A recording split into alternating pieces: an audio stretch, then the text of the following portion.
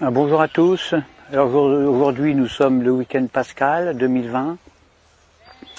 Vous voyez, c'est le printemps, là il y a des cerisiers qui sont en fleurs, les pissenlits, c'est super beau, il y a du jaune. Le jaune c'est super. Alors je me présente d'abord, je suis berger. Je possède des milliers et des milliers de moutons qui m'obéissent au doigt et à l'œil, et aussi à la baguette. Mon rôle de bon pasteur est de les protéger avec amour, donc je les nourris bien, j'en prends soin. Un mouton, parce que je sais qu'un mouton bien élevé, élevé avec amour, eh bien c'est l'assurance d'obtenir une laine soyeuse, de qualité, et une viande fondante d'un goût incomparable. Ça c'est certain, moi j'aime mes moutons. Alors pourquoi mes moutons sont heureux, mais vraiment heureux quand je les tonds? Pourquoi est-ce qu'ils ne réagissent pas? Pourquoi est-ce qu'ils ne réagissent pas quand je les vaccine, quand je les sacrifie sur l'autel de la gastronomie? Il y a un mystère, il y a un mystère. Surtout quand on sait que moi, je suis qu'un petit bonhomme fragile, qui ne ferait pas le poids face à un mouton en colère, un seul mouton en colère. Un seul bélier peut me tuer d'un seul coup.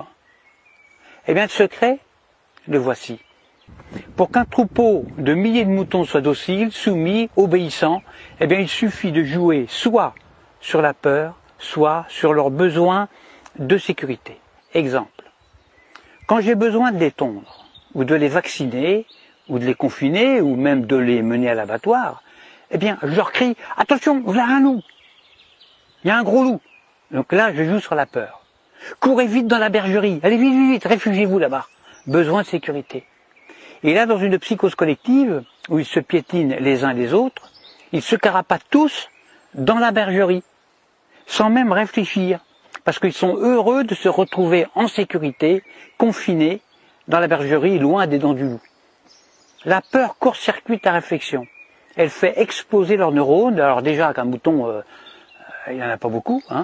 Alors pendant que leur attention est dirigée vers le loup, eh bien moi, tranquillement, je les tonds, je les vaccine, je leur tatoue le gigot, je puce les rebelles, je castre les chefs, bien sûr, en leur injectant des médicaments, etc., etc. Et quand j'ai fini mon travail, eh bien, je les relâche tout doucement par petits groupes. Alors c'est vrai qu'ils se sont fait tondre, ça ils s'en rendent compte, ils le voient, mais ils sont heureux d'avoir échappé au gros loup. Ils sont tondus, mais encore vivants, donc contents, heureux. Je les fais alors bêler tous en chœur à la tombée de la nuit et je leur demande de m'applaudir à 20h au moment du journal télévisé qui leur raconte qu'ils ont échappé vraiment à un grand danger. Alors bien sûr, sur le nombre, il y a toujours quelques rebelles, des moutons noirs, qui sont des moutons plus intelligents que les autres, qui comprennent, ils ont pigé mon stratagème. Alors ils essayent, ils tentent désespérément d'expliquer à leurs frères moutons, à leurs congénères, que si le loup en croque 2 ou 3 seulement, le berger, lui, est beaucoup plus dangereux, puisqu'ils finiront tous sur une table en méchoui, ou sur la table pascale. Alors il faut les gérer, ces moutons noirs, qui ne veulent pas rentrer dans la bergerie, parce que ce sont des rebelles, ce sont des esprits libres. Alors à ceux-là, soit je leur montre mon bâton, soit je les fais mordre par mon chien. Or le mieux c'est d'égorger un seul mouton noir devant les autres. Alors ça, c'est super efficace. Ça. Pour un seul de sacrifié, j'en terrorise des milliers qui deviennent, mais alors doux comme des agneaux. J'en tue un et j'en soumets des milliers. C'est comme ça qu'on étouffe la moindre velléité de révolte. Alors il y a de nombreux hommes politiques qui viennent me demander de les coacher. Alors que moi je ne suis qu'un simple berger, je suis qu'un pauvre berger, Mais s'ils me le demandent, c'est justement parce que on peut utiliser ces méthodes, les méthodes de berger, chez des humains. En effet, la différence entre le comportement des moutons et celui des humains, eh bien c'est que justement il n'y a aucune différence. C'est ça le secret. Le secret est là, il n'est pas ailleurs. Donc, quand on veut faire passer une loi impopulaire, qui ne fait pas plaisir, eh bien, on le fait pendant que la population a peur. Par exemple, on parle de crise climatique, de crise de la dette, de crise financière, de tempête, de canicule, de terrorisme, de crise sanitaire, etc., etc. À cause du coronavirus, là on joue avec la peur, eh bien, on a réussi à confiner non pas des milliers de moutons, mais des milliards d'humains sur toute la planète. sur toute la Terre. Des humains, confinés comme des animaux. Des humains déshumanisés. Et le pire, le plus révoltant, le plus dramatique, c'est que les chefs rebelles ferment leur gueule.